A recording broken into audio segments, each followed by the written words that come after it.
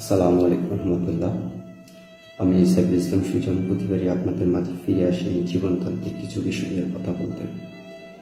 তাই আবারও ফিরে এসেছি নতুন একটি বিষয় ও উদ্যোগ নিয়ে, যেটি আপনাদের মাঝে আজকে তুলে ধরব। আজকের বিষয়টি হচ্ছে মাদক অথবা ড্রাগ অ্যাডিকশন। যে বিষয়টি, এই বিষয়টি আমরা দেখে থাকি, সচরাচর হয়ে থাকে আমাদের বর্তমান জেনারেশনের যে ছেলে মেয়েগুলো আছে, উভয় এমনই যে হয় যে আমাদের ছেলেদেরকে ড্রাগ অ্যাডিকশন আসক্ত করে, মেয়েদেরকে করে না এমন না। উভয় পার্সন একই সংক্রান্ত একই বিষয়ে তারা কিন্তু জর্জরিত হচ্ছে প্রতিনিয়ত। আর এই বিষয়টি মাত্রাধিক বেড়েই চলছে। তাই আমি বলবো যে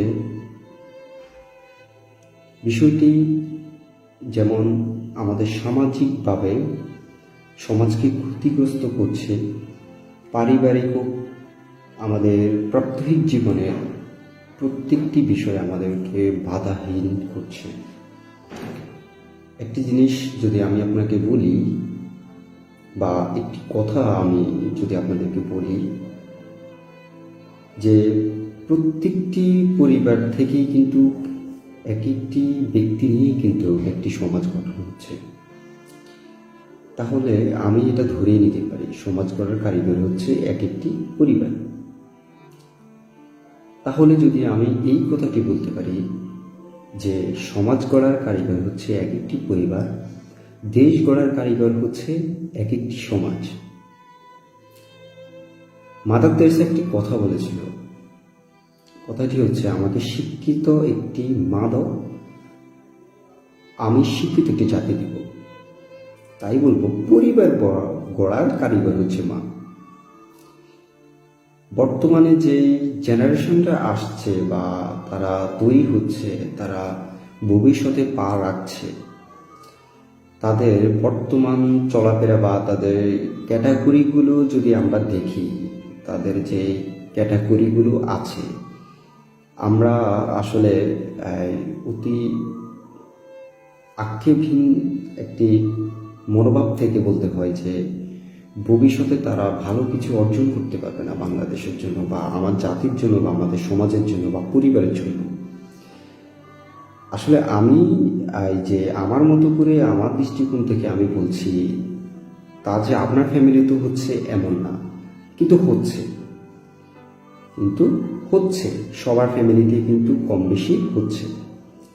কেননা আমি যদি আপনাকে বলি, আপনার একটি ছেলে সর্বপ্রথম যদি ড্রাগ অ্যাডিকশনে আসক্ত হয়, নেশায় আসক্ত হয়, হতে পারে কেমন, স্মোক হতে পারে, আপনার গাঁজা সেবন হতে পারে, ইয়াবা সেবন হতে পারে, মদ হতে পারে, বা আদার্স যে বিষয়গুলো বাংলাদেশ সরকার বিধিবিধান আমাদেরকে এগুলো সংবিধানের আলোকে আরোপ করে রেখেছে, নিষেধ আরোপ করে রেখেছে। ওই সংবিধানের আলোকে ইভেন আমাদের স্বাস্থ্যের জন্য নেশা অতি মারাত্মক একটি ঝুঁকিপূর্ণ একটি মাদকদ্রব্য, যেটি প্রাত্যহিক জীবন থেকে শুরু হলে আমাদের যে একটি মিডল পয়েন্ট বা আমাদের ফিনিশিং পয়েন্টে আমাদেরকে ব্যাপকভাবে আমাদেরকে একটা আতঙ্কে ফেলবে, আমাদেরকে শারীরিকভাবে ক্ষতিগ্রস্ত করবে, ইভেন অর্থনৈতিকভাবেও কিন্তু ক্ষতিগ্রস্ত হচ্ছে। বর্তমান অনেকগুলো পরিবারের অভিযোগও আছে, ইভেন তাদের যে ছেলেরা তাদেরকে নির্যাতন নিপীড়ন করছে তারও কিন্তু কম বেশ আছে। তো আমি যদি আপনাদেরকে একটা কথা বলতে চাই যে তাদের শুরুটা কোথা থেকে, তাদের শুরুটা হচ্ছে কোথা থেকে।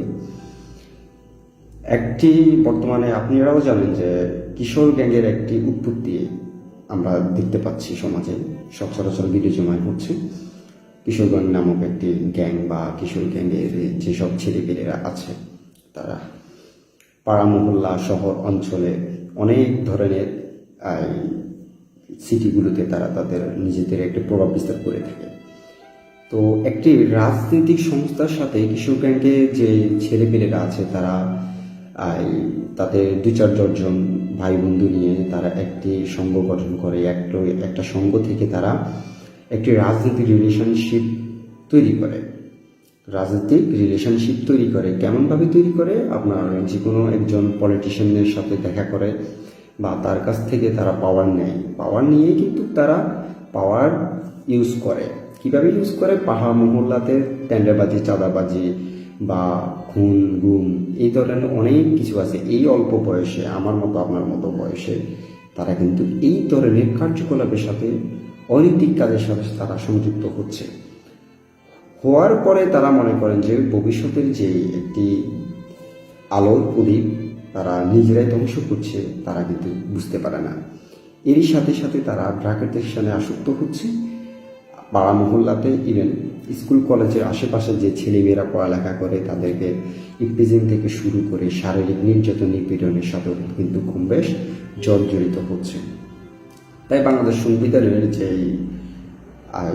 বিধিবিধান আছে, ওই বিধিবিধানে তাদের নতুন একটি আইন প্রণয়ন করা হয়েছে কিশোর গ্যাংয়ের উপরে। তো আমি যদি একটি কথা বলতে চাই যে আমিও একজন ছেলে,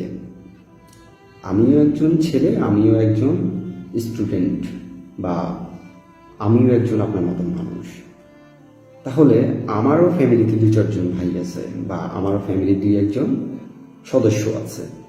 তারা কখন কি করছে, বা তারা কখন কোথায় যাচ্ছে, কার সাথে মিশছে, কার সাথে চলাফেরা করছে, এই বিষয়গুলো সর্বপ্রথম দেখার দায়িত্ব হচ্ছে আমার ফ্যামিলির। আমার ফ্যামিলি, ইভেন আমি যদি আমার ফ্যামিলিকে যদি অবজার্ভ না করি, তাহলে আমার ফ্যামিলির মেম্বাররা আমার রেড রোল থেকে বের হয়ে তারা ভিন্ন উপাধি বা ভিন্ন কারো রেড রোল অবশ্যই স্মরণ করবে। তার রানওয়ে ভিন্ন একটা রানওয়ে হবে। কেননা কোনো পরিবারে সন্তান খারাপ হোক কোনো মা বাবা কখনোই কামনা করে না। তারা সবসময় সন্তানের মঙ্গল চায়। একটি জিনিস আপনারা ফলো করেন, আপনার একটি ছেলেকে আপনি পড়ালেখা শেষ করার জন্য বা পড়ালেখা করানোর জন্য কিন্তু আপনারা যথেষ্ট পরিমাণ আপনার কষ্ট করে থাকেন। হ্যাঁ, ব্যাপক পরিমাণে একটা অর্থ ক্ষয় করে থাকেন। কেন করে থাকেন?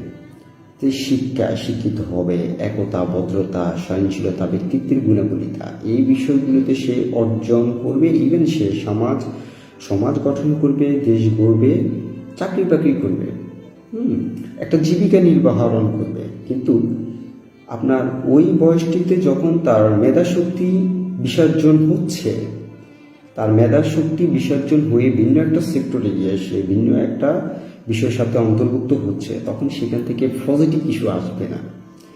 সো আমি মনে করি আমাদের প্রত্যেকের প্রয়োজন আমরা আমাদের ফ্যামিলি মেম্বারদেরকে অবজার্ভ করা। কোথায় যাচ্ছে, কার সাথে মিশছে, কার সাথে খেলাধুলা করছে, কার সাথে চলাফেরা করছে। ইভেন অল্প বয়সে তাদেরকে স্মার্ট সেট ইউজ করতে দেওয়াটাও কিন্তু একটা বোকামি বলে মনে করি।